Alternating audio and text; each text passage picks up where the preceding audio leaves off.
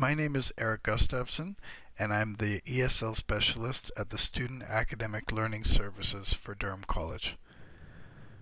This is the Academic Success for ESL Students Acculturation Workshop. To begin with, we'll talk about the word acculturation. I'm wondering if you know what it means. If you look at the word in the middle here, you can see the word culture. So that's a big hint. Acculturation means to acquire the knowledge and skills to be able to adjust to the expectations and social patterns of a new cultural setting. So for example, if you've recently entered Canada, you're busy learning the skills and the knowledge so that you can adjust to the new environment and the new social patterns in Canada. The same is true when you enter college. There's a new set of social patterns and expectations for you to adjust to, and that's what acculturation means. And that's the main point of this workshop, is acculturating to college and becoming successful at Durham College. In this workshop, we'll discuss the barriers to your academic success. So barriers meaning challenges. We'll talk about cultural values of Canada, post-secondary educational values in Canada, post-secondary meaning college and university level. We'll talk about culture shock, ways to recognize it and ways to reduce it. And we'll talk about your professor's expectations of you in class and in your programs. We'll talk about class participation and how you can join into your class more and volunteer more information. We'll also talk about group work, which is an important part of your classwork. And we'll talk about your responsibility with the information in this workshop. So let's begin. The first thing I'd like to ask you is, what are the biggest challenges to your academic success at Durham College? You may have already had some classes, or you've at least had some time to think about it, and you might be wondering. The three biggest answers are cultural barriers, educational barriers, and language barriers. The cultural barriers refers to your understanding of the Canadian college education system. You need to learn where your supports are, how to access services, and so on. Educational barriers refers to understanding what your professors are expecting of you.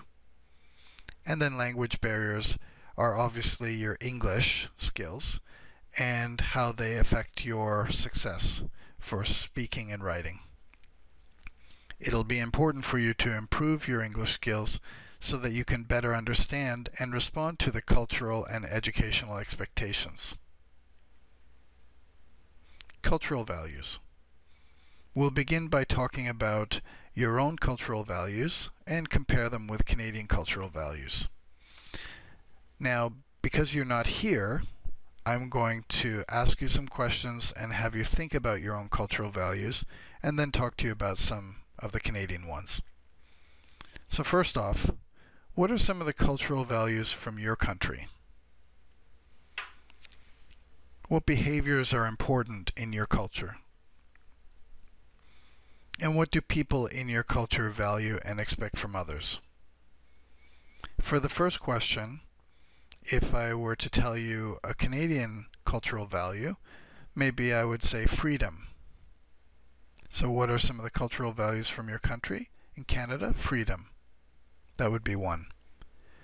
Number two, what behaviors are important in your culture? In Canada, when you meet a person for the first time, usually you'll give a handshake. And the last question, what do people in your culture value and expect from others? In Canada, people expect honesty from others, and they value it. Canadian cultural values will start with individualism. In Canada, individual contribution is respected. We want to know people's opinions and how they feel, even if it's different from others. We also respect Equality. Equality meaning respect towards others, regardless of their age, their gender, their race, or their religion. So in Canada, for example, if a man and a woman both had the same job, you can expect that both of them will have the same salary. That's equality. Informality. A casual attitude is not a lack of respect. So you may have had your professor ask you to call them by their first name, Mary or John, and that may feel strange to you, but calling them by their first name is not showing a lack of respect. Punctuality. Showing respect for other people's time is also very important. Don't be late for your classes. Don't be late for your appointments. It's important. Now we'll talk about post-secondary educational values, comparing international education values with Canadian ones. So to talk about international educational values, I'll ask you some questions. Since you're not here and I can't ask you face-to-face, I'll just have you think about your answers. What is the student's role in your culture?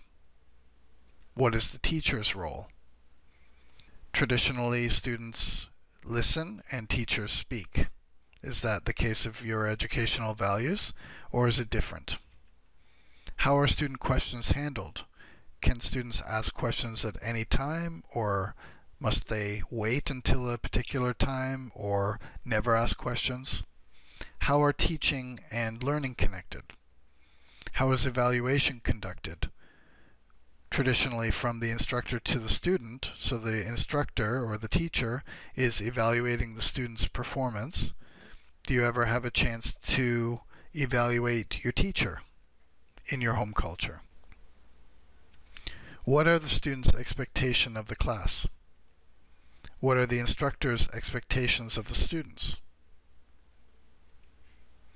Now let's talk about Canadian educational values. What do you know about Canadian ideas and values of education?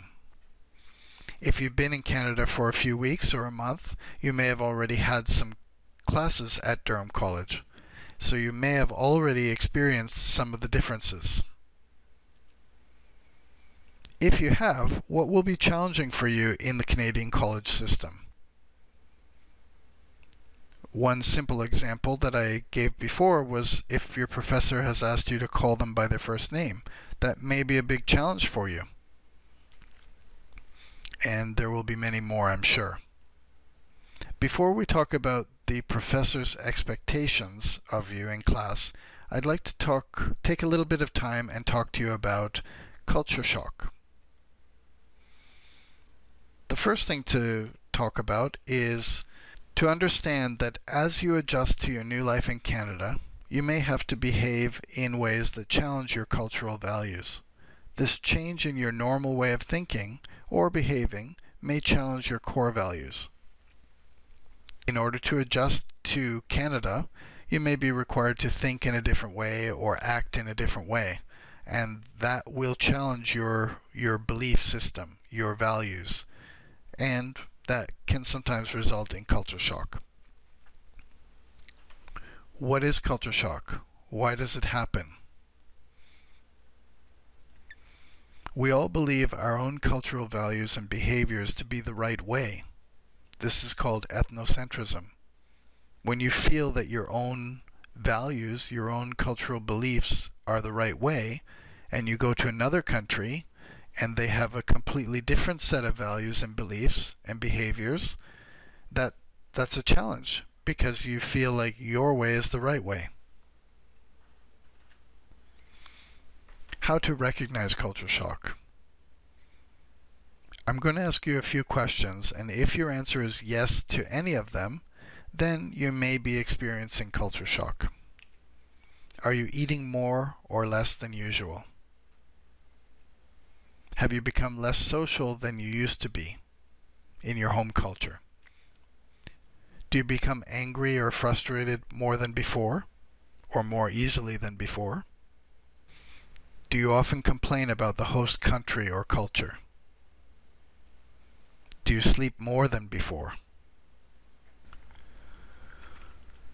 The stages of culture shock are as follows. The first stage of 4 is called the honeymoon stage. If you've only been in Canada for a few weeks or perhaps a month, then likely you are experiencing the honeymoon stage, where everything is interesting or charming, and all of the differences are curiosities. Soon after the honeymoon stage comes the negotiation stage, where now you're noticing that many of the cultural differences are quite a challenge, and your identity, your cultural identity, is being challenged. Then comes the acceptance stage, where a new cultural identity starts to emerge based on your home culture and the culture you've entered. So bits of both cultures are creating your new identity, and you feel comfortable in both cultures. The final stage is reverse culture shock, where there's an internal questions when re-entering your home culture because of your new identity. Your new identity includes parts of the new culture that you've adopted or adapted to, and this may be challenging when you return home and other people said, "Wow, you're like a Canadian now," or you sound like a Canadian. The next step is coping with culture shock. How do you manage culture shock if you experience it? The first step is expect it, recognize it, and understand it. If you don't expect it or understand it, you may feel down or sad or depressed and not understand why. Remember, the problem is mostly from your own state of mind. The millions of people around you are fine. And if you're the one that feels sad or depressed or alone, far from home, this is from inside of you, not from outside of you. So you need to understand that. This is a valuable life experience for you. Whether you're here for a 1-year program, 2-year, 3-year program, or you've moved to Canada and starting a new life, this is a life experience you'll never forget, and you have a great opportunity to learn a lot of new things. Look for the best in your situation. What's good about your situation? There will be many things, good people, good experiences, and it's important to focus on them. Talk to people about your experiences. If you have people from your home culture around you, they're also experiencing the same things, it might help to talk to them. But also talk to Canadians and find out more about them. Share your experiences. I'm sure they're interested to hear them. Respond to things, don't react to them. If somebody says something to you that seems negative, you may be experiencing a culture difference or a language difference you may not have understood. So remember that it's important not to just immediately get angry and react in a negative way, but to think about it or ask somebody or ask the person, what do you mean? It's important to respond to things, not immediately react to them. Be open-minded and flexible. This is a new experience. You expected a new experience when you came, with new ideas and new behaviors and values. So take them in and examine them and see if you enjoy them. Some things will be good, some things won't be. And learn as much as you can. Ask questions. Find out about Canada and Canadians. Okay, now I would like to talk to you about Canadian college professors and what they expect from you. They want you to be responsible for your own learning. It's really important for you to follow up. So for example, if you're sick one day, it's important for you to ask your professor for the information you need. Don't expect your professor to come to ask you, are you okay, or did you get the information? They want you to learn responsibility just as you would have to be responsible if you're working. Be able to work well in groups and individually. We'll talk about group work shortly. Be able to communicate well in spoken and written English. It's important to always keep improving your English skills. You will be asked to give presentations, write reports or essays, and your English skills will be important. Have strong academic integrity. Academic integrity means academic honesty. If you're cheating or you're found to be cheating by copying something from the internet or copying from a friend, that's cheating and can be considered plagiarism, and plagiarism would be a time when your professor can give you a 0 on your assignment. If it happens more than once, it's even more serious. You can be removed from your class, or you can be removed from the entire program or the college. It's very serious in Canada, plagiarism issues. In fact, we have another presentation, another workshop for you called Avoiding Plagiarism that we will offer you. It's very important information that you need to pay attention to so you can avoid any problem. Be active and interactive in your class. So volunteer, learn how to ask questions and volunteer information and join the discussions and help your classmates. Ask questions when you don't understand. If you don't understand one idea and the next idea comes along where you need the first idea, you'll get lost very quickly. So please learn to ask questions when you don't understand. Whether you do it in class or to a classmate or after class to your teacher, you make sure that you find out the information you need. The next thing is to develop your critical thinking and problem-solving skills. For example, in your classes you may study example A and example B, but on the test, on the exam, you may see example C that you've never seen before. Your teacher will expect you to use what you learned from solving example A and B to create some new solution for example C. This is critical thinking and problem solving. This is very important in the work environment in Canada, and it's important in the classroom environment as well. So if this is something that you're not familiar with or you haven't done very much, many countries use memorization much more than Canada. Some memorization will be important, but critical thinking and problem solving is something that you'd like to develop to help your success here. Be able to give presentations about what you've learned. It's important that you develop your speaking skills so that you can speak to your classmates, and in future you can speak to your coworkers and colleagues about what you've learned. Understand that the professor is your partner in the learning process. The professor is the teacher, you're the learner. The job is to teach you information, your job is to learn the information, and this is a partnership. The teacher does not expect to be the center of the class. They try to put the students in the center where the main job is the students to learn the information. Be respectful towards your professors and classmates, and be successful in your course and program. These are all the things that your professors expect you to do. One way to achieve success is through class participation. What is class participation? Active involvement in the learning process. Why is it important?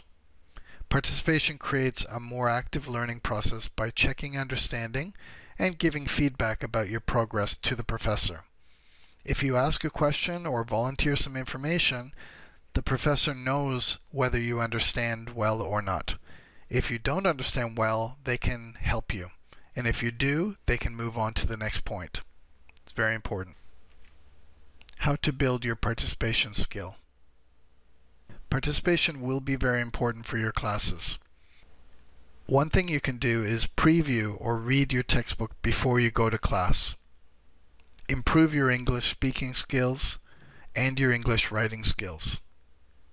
If you open the document that accompanies this workshop video, there's a document with the same name. There's some extra information. The document looks like this. This is page 8, and at the top it says improving your English speaking skills, and then improving your writing, and so on. So please use the document to get more information about those skills. Another way that you can build your participation skill is to learn to balance your study and play. To do this, we'll look back at the same document, page 8 again, and you can see on this chart, which is just a sample model, to show you roughly how many hours there are in a week and how a typical student might spend their time.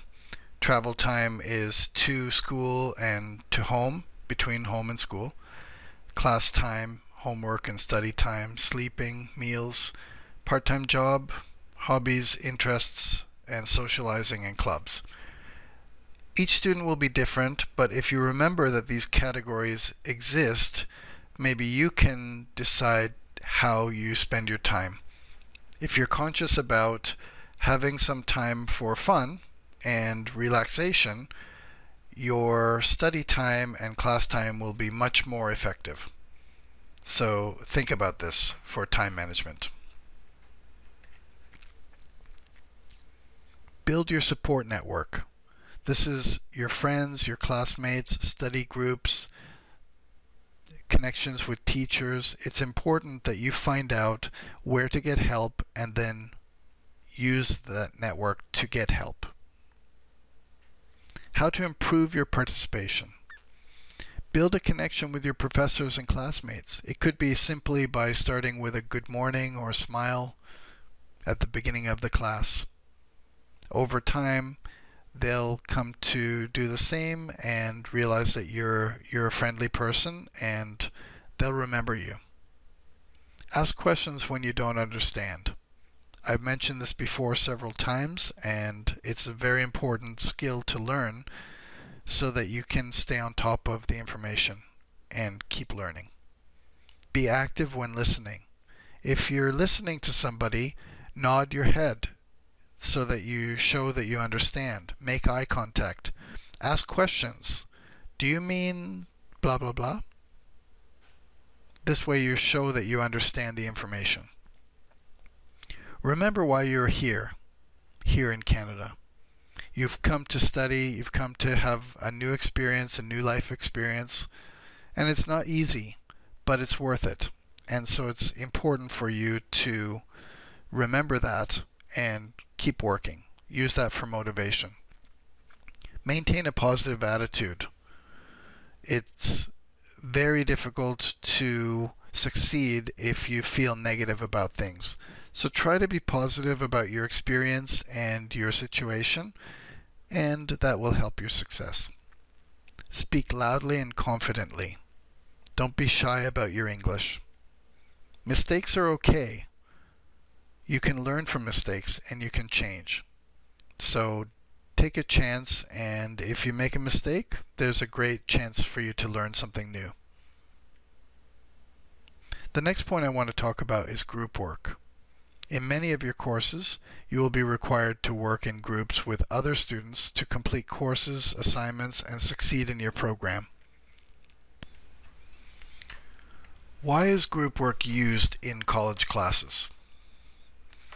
It's part of the Canadian education system, and your professors will require it. It's an opportunity to learn the skills for being part of a successful team. And it's a Canadian business practice required in the workplace.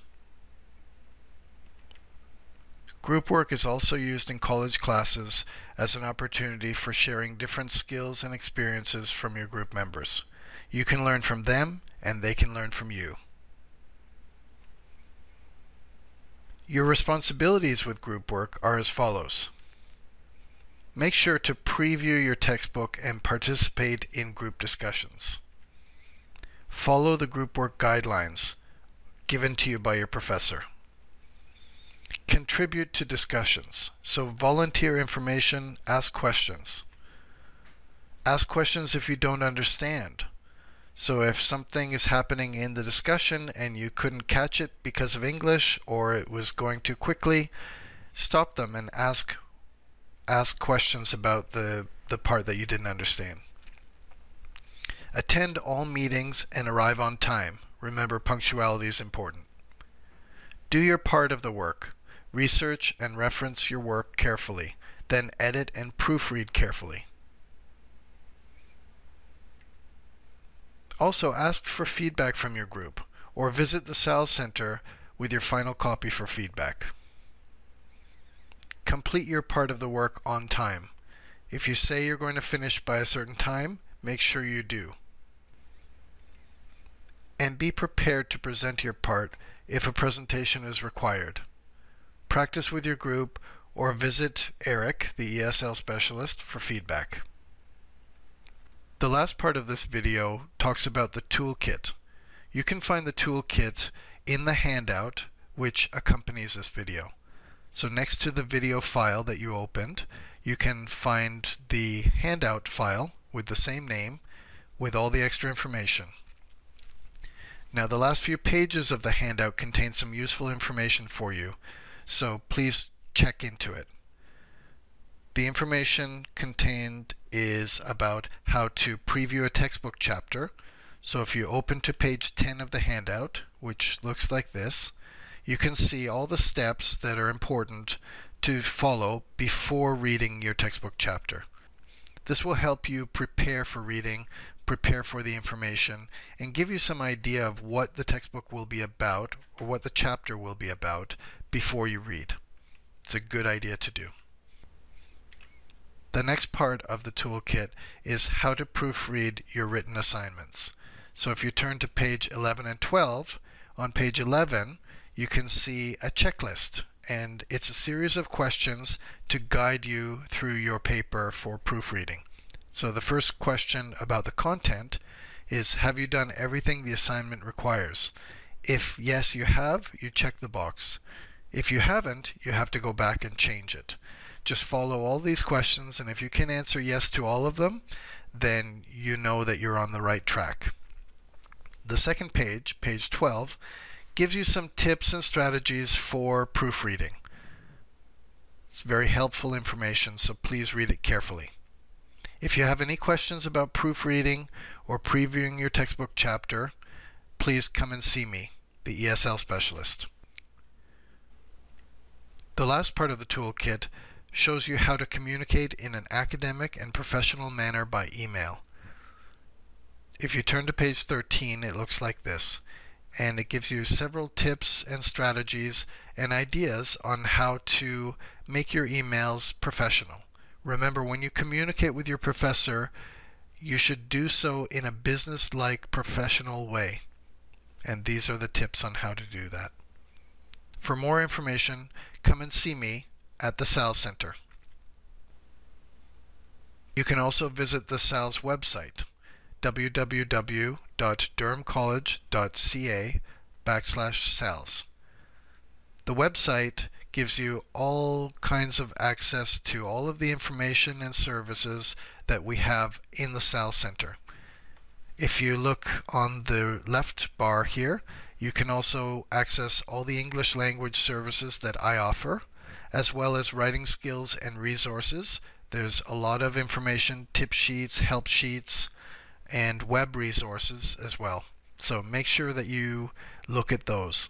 Also, there's learning skills and resources. We have peer tutoring, science resources, math resources, and business.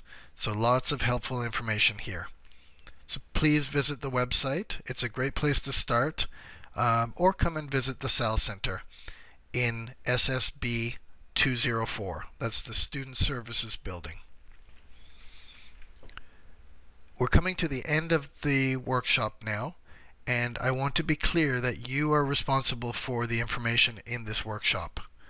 Make sure that you review and understand all of the information presented today. Ask questions if you don't understand. Be prepared to use the information in your school life. Your professors will expect you to know this information.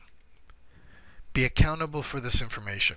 You cannot say that you did not understand. You must carefully study this information and follow my guidelines.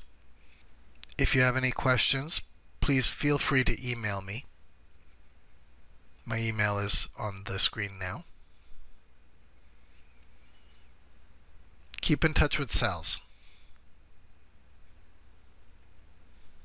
And if you have any feedback, also you can email me. Thank you for your attention.